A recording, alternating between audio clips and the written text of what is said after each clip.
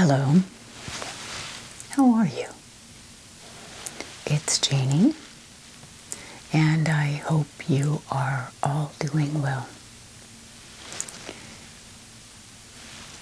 This is the last video I am making for 2024. And I've thought about it over the course of the last few days.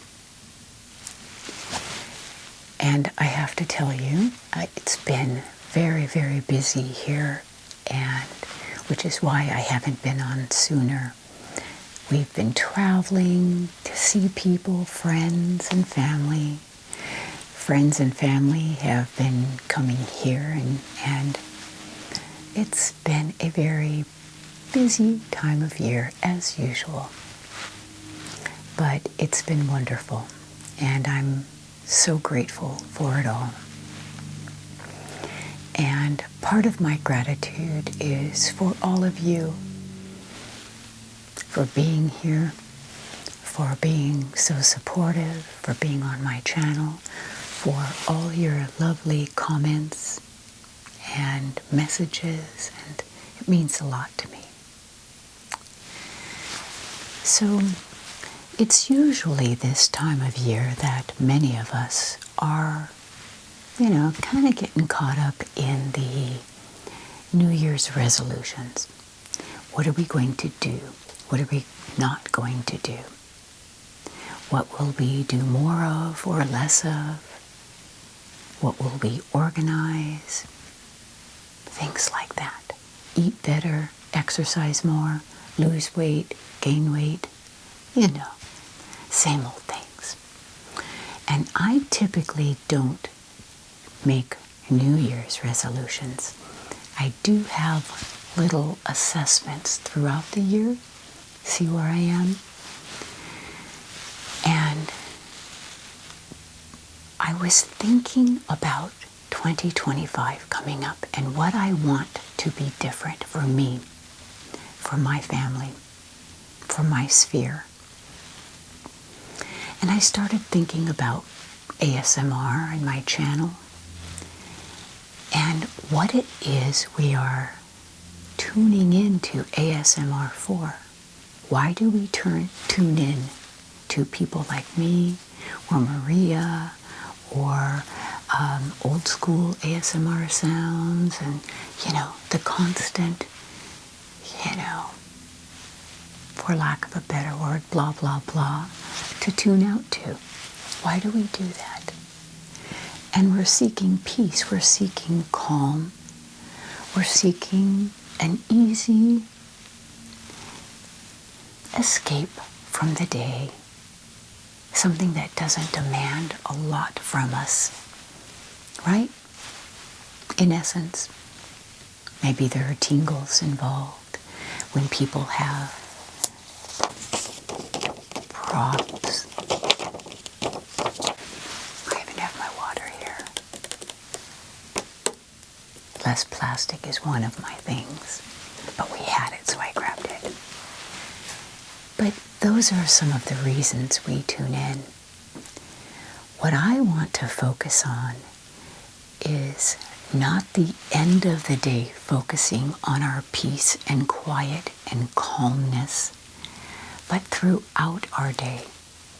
How do you set it up so that when you are ready to go to bed, when you are ready to wind down and relax, that you aren't in a mountain of stress from the day, hoping that a video or two will help undo that.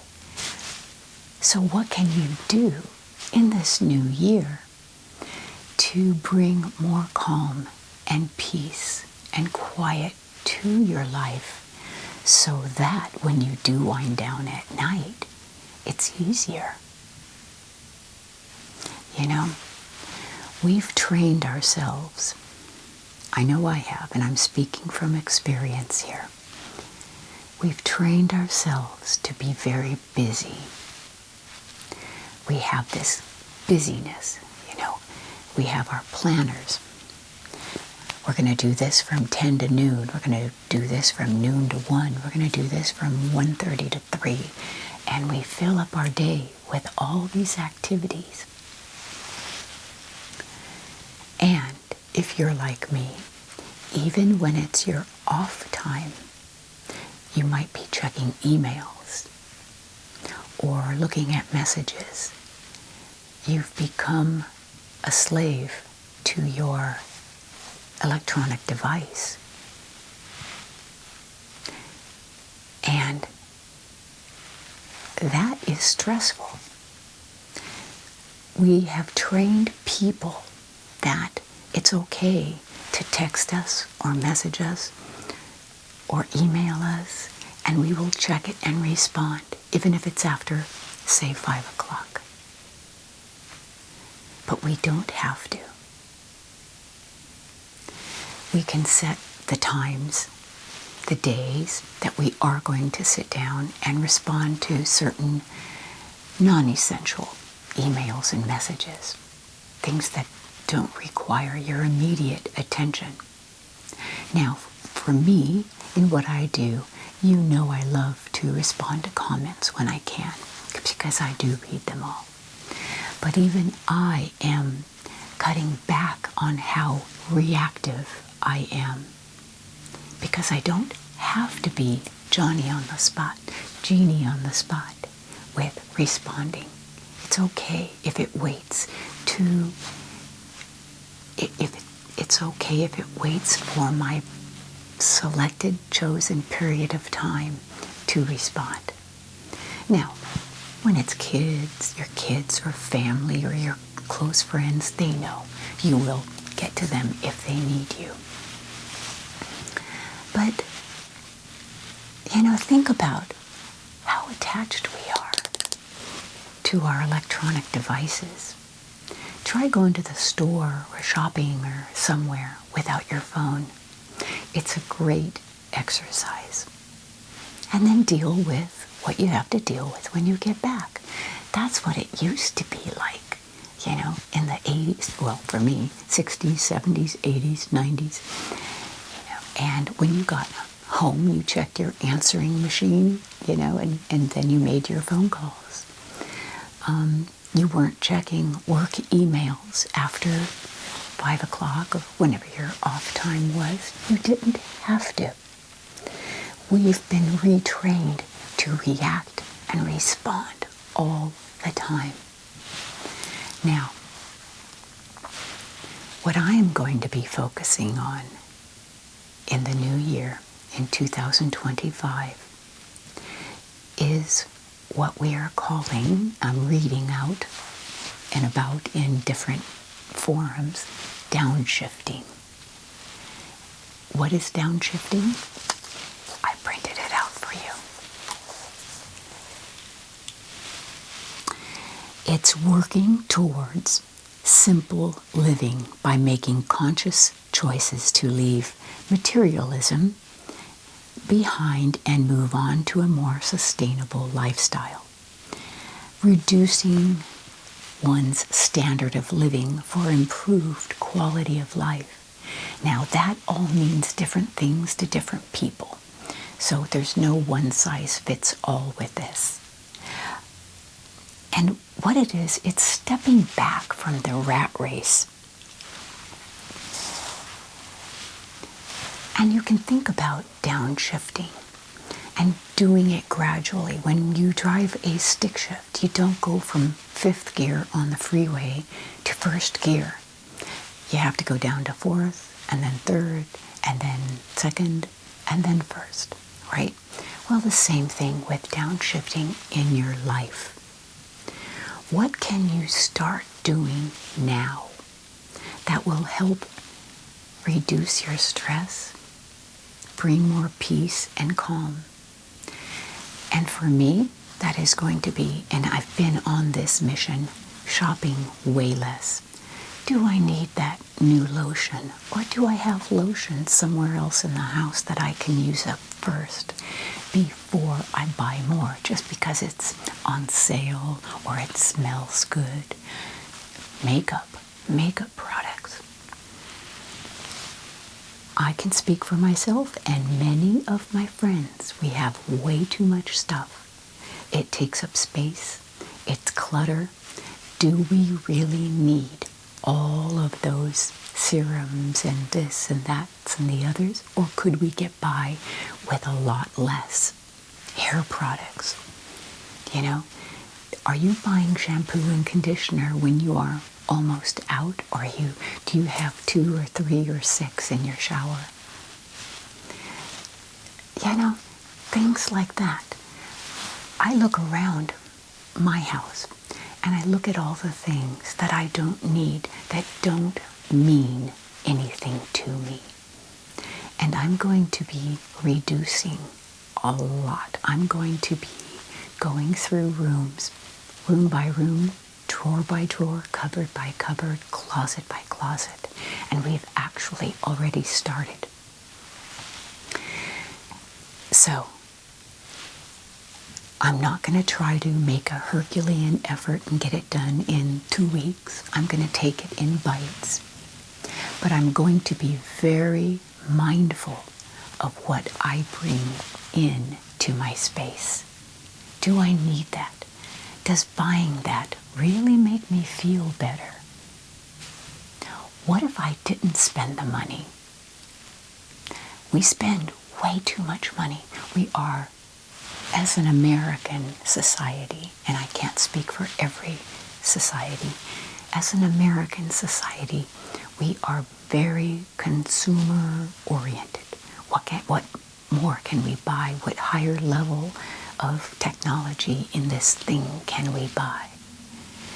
And I am making it a personal goal to do just fine with what I have and not buy unless I absolutely have to replace, add to, and start taking out the noise of my daily life. And clutter is noise. A cluttered space is a cluttered mind. So what can we get rid of? What won't make a difference if it's there anymore or not? And I'm not talking about precious things. While I was on one of my trips, my husband attacked one of the guest room closets.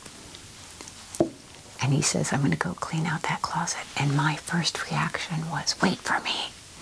Because he'll have his pile of stuff he's just going to get rid of. And I'm like, no, I need that back. I need that back. I might use this in 4 years. I might need this. He did it. I don't know what he got rid of, but the closet is clean. It's almost empty.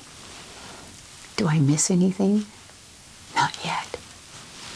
So I may he's ruthless. I may send him in to just do some of the things that I know I can't tackle. So we seek ASMR for peace and calm and warmth and tingles and a good, comfortable feeling, right? But let's start creating that in our day, every day. Reducing things, reducing the stuff, reducing the reactions that we've trained people to have of us. I've been reading this one website, and in the new year, I'll share a few more with you that I've been finding easy to get through and doable. It's like I see a plan, how to do this, how to create this slower living, not increased, more of the rat race. Anyway, one of those is slow, SLOWW.co, and it says 10 ways to get started with slow living. I think it's big enough I can see. I might get my eyes done in the new year. I don't know, we'll see. 1, understand busyness and that it is a choice most of the time. That's my addition. Sometimes we have to be busy. But understand that busyness is a choice. Sometimes we can just not be busy, calm down, center ourselves, and put off the busyness or prioritize what really needs to be done. Number 2, define what is most important to you. What is essential? What is essential? For me, jumping through hoops, responding, reacting, yeah, there are times for it, but not always. Peace and calm and my own time on my own terms is essential to me. And I find I've been going to bed in a much more relaxed state. Try it. Say no to everything else that is non-essential. If you can relax, take time for some peace, and not put on the busyness hat, take time for you in that period, in that block, and say no to what is non-essential.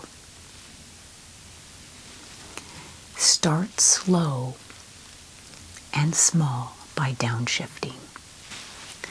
And like I said, downshifting takes a process. Okay, you don't go from 5th gear to 1st gear. Practice being present even in the mundane. I was ironing our dinner napkins. Now, I know that was busyness, and I didn't have to, but I wanted to because they were wrinkled. I left them in the dryer too long. And I just thought, I'm going to enjoy this. I'm going to kind of create some zen out of this. And I did. And I just thought, this was only eight napkins. And I just ironed and enjoyed that moment. So some of this is a state of mind. Create space and margin in your day and life. So rather than scheduling everything 9 to 10, 10 to 11, 11 to 12, what if you were to put some time in there, in between, for you to do something peaceful, to do nothing, to look at a magazine, but to not be on electronics. Those are the biggest suckers of our energy.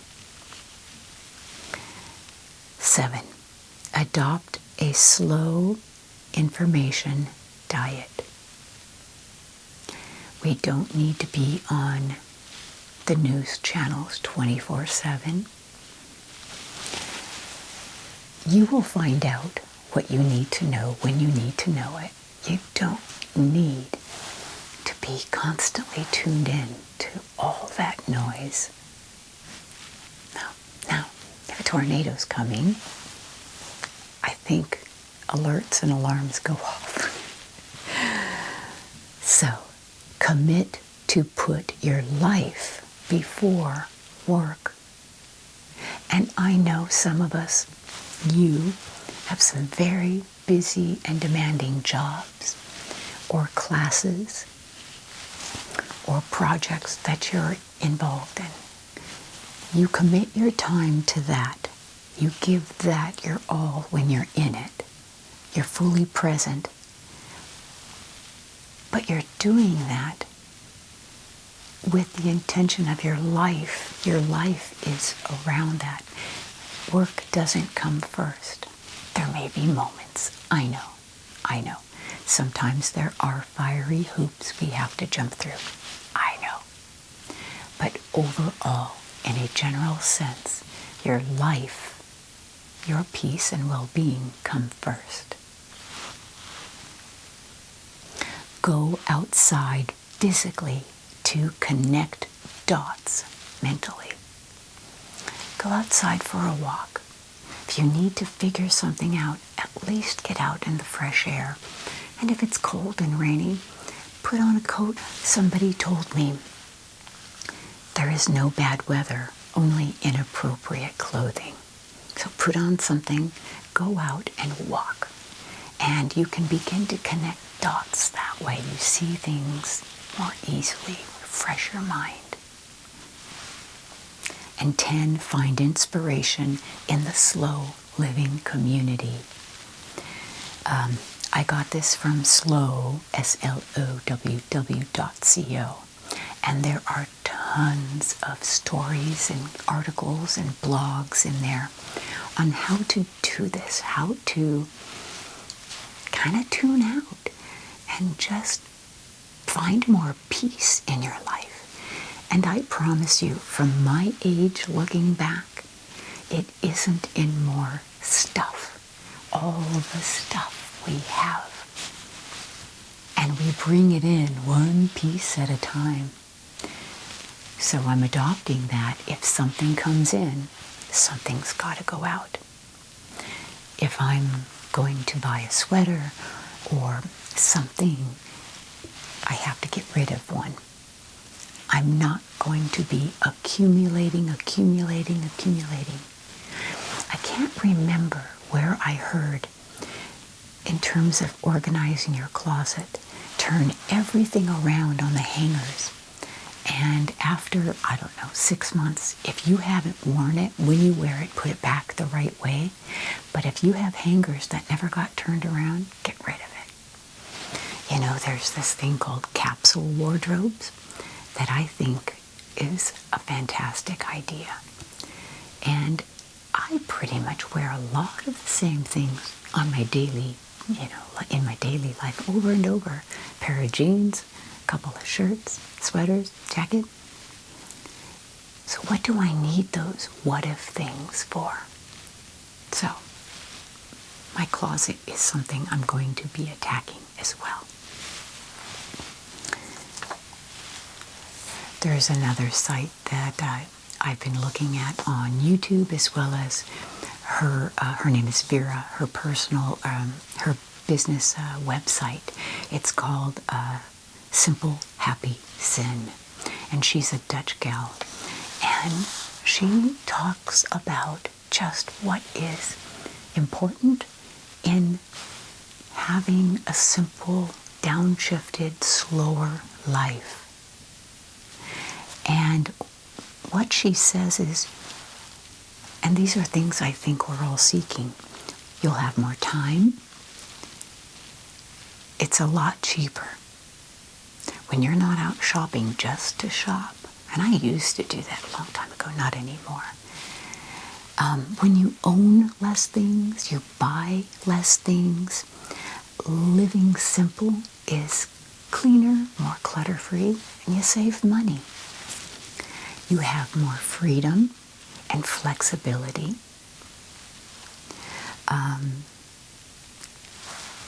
You'll have more space, and space makes us feel good.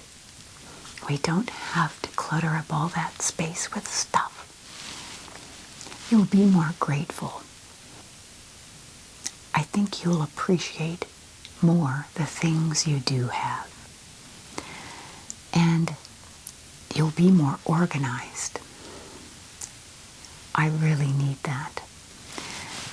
I start to get organized and I start doing a good job, and then I sometimes bail on that, and then I forget what I was doing and where something is. And so you'll be more organized and you'll be happier. You'll have more peace in your life.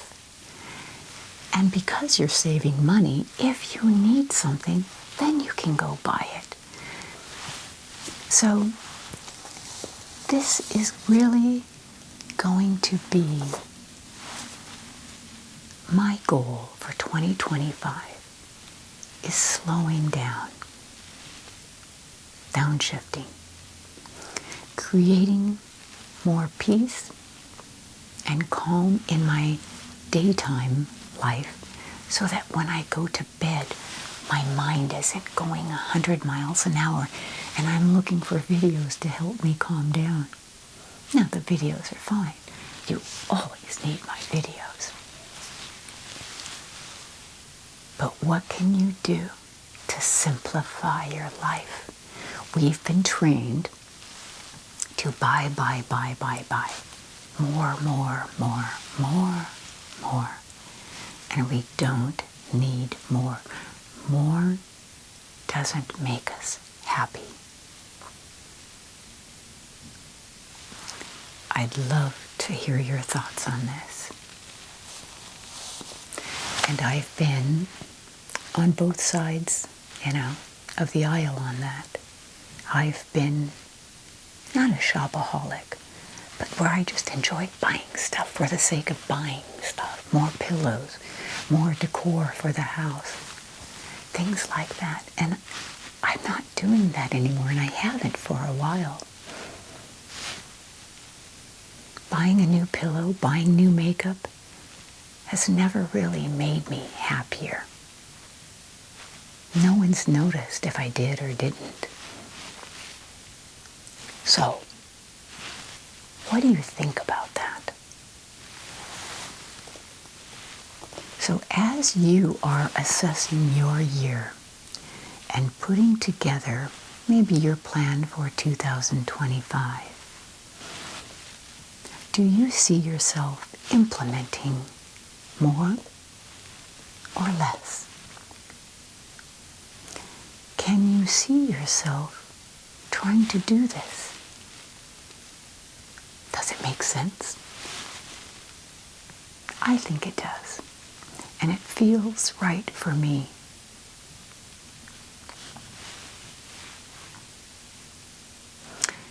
We get addicted to the instantaneous nature of our electronics and communications.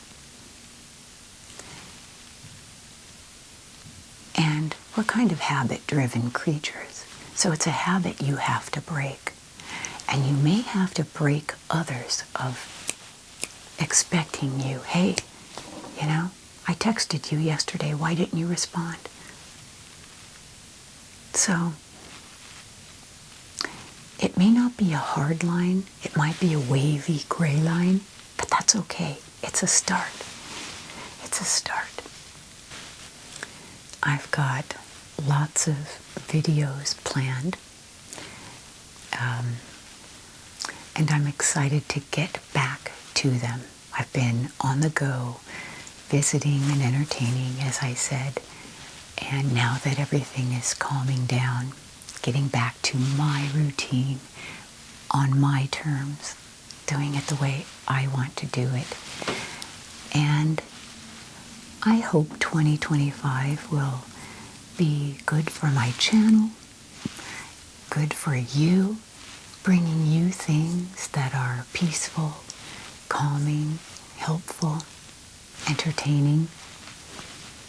The Countess does threaten to come back once in a while, but even she is a lot of effort.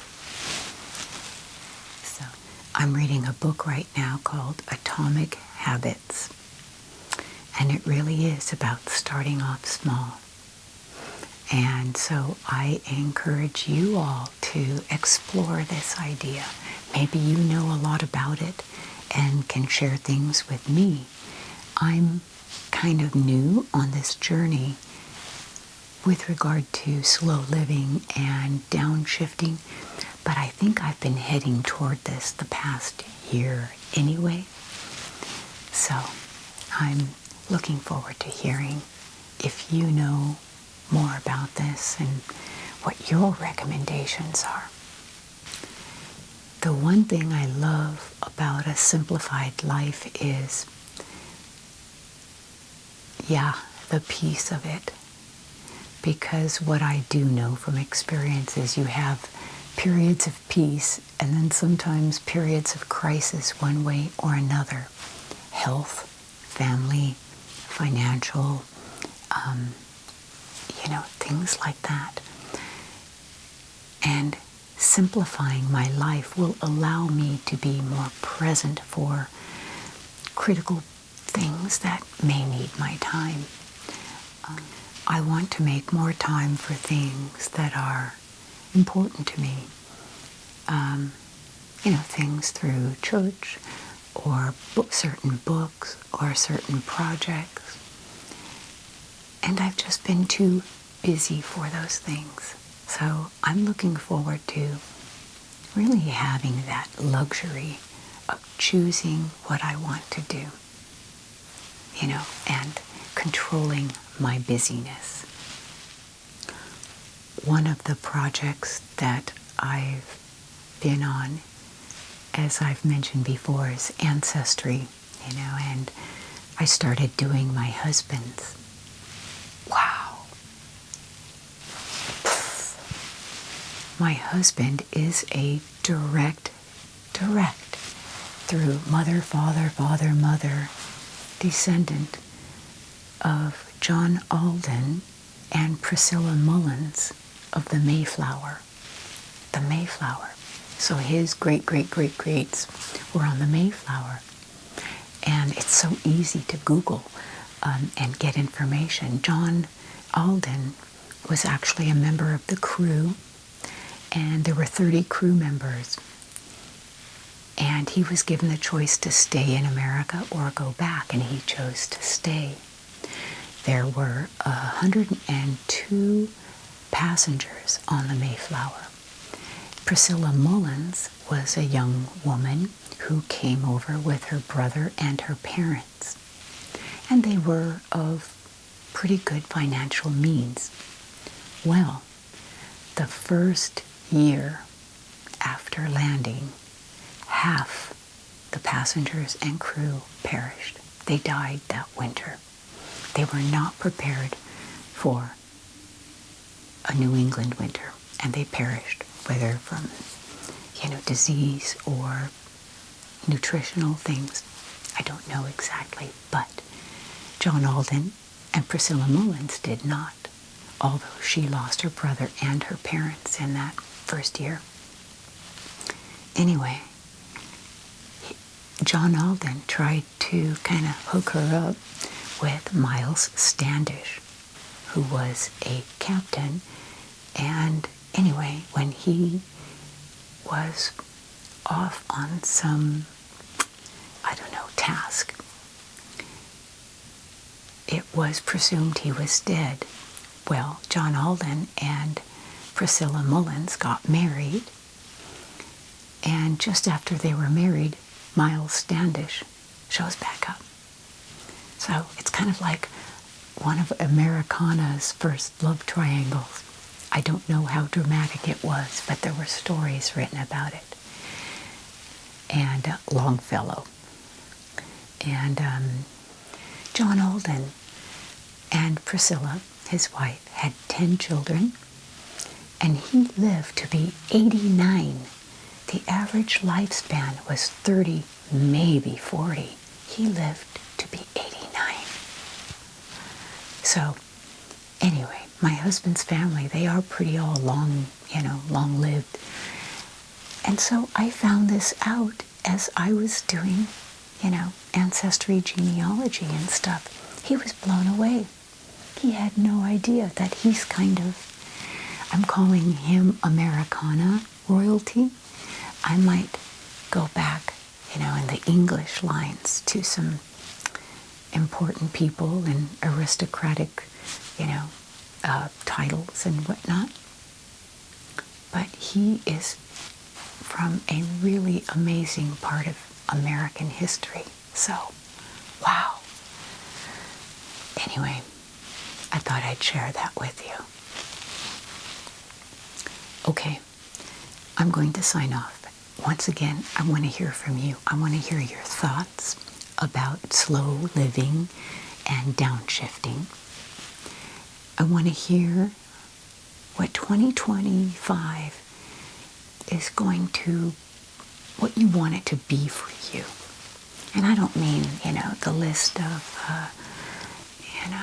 the things you want to get done, all your resolutions. but just kind of an idea of feeling.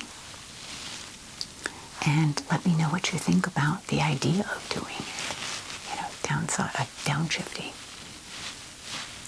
Now, I read everything. I may not be able to respond to everything, but do know I see it, okay? I see you. I see you. And I appreciate you. I value you so much. I hope you know. And I wish you all so well. I thank you. And I bid you so much peace in the days, in the evenings, and in the year ahead. Take care, my friends. I'll see you very soon in the next video. Goodbye for now.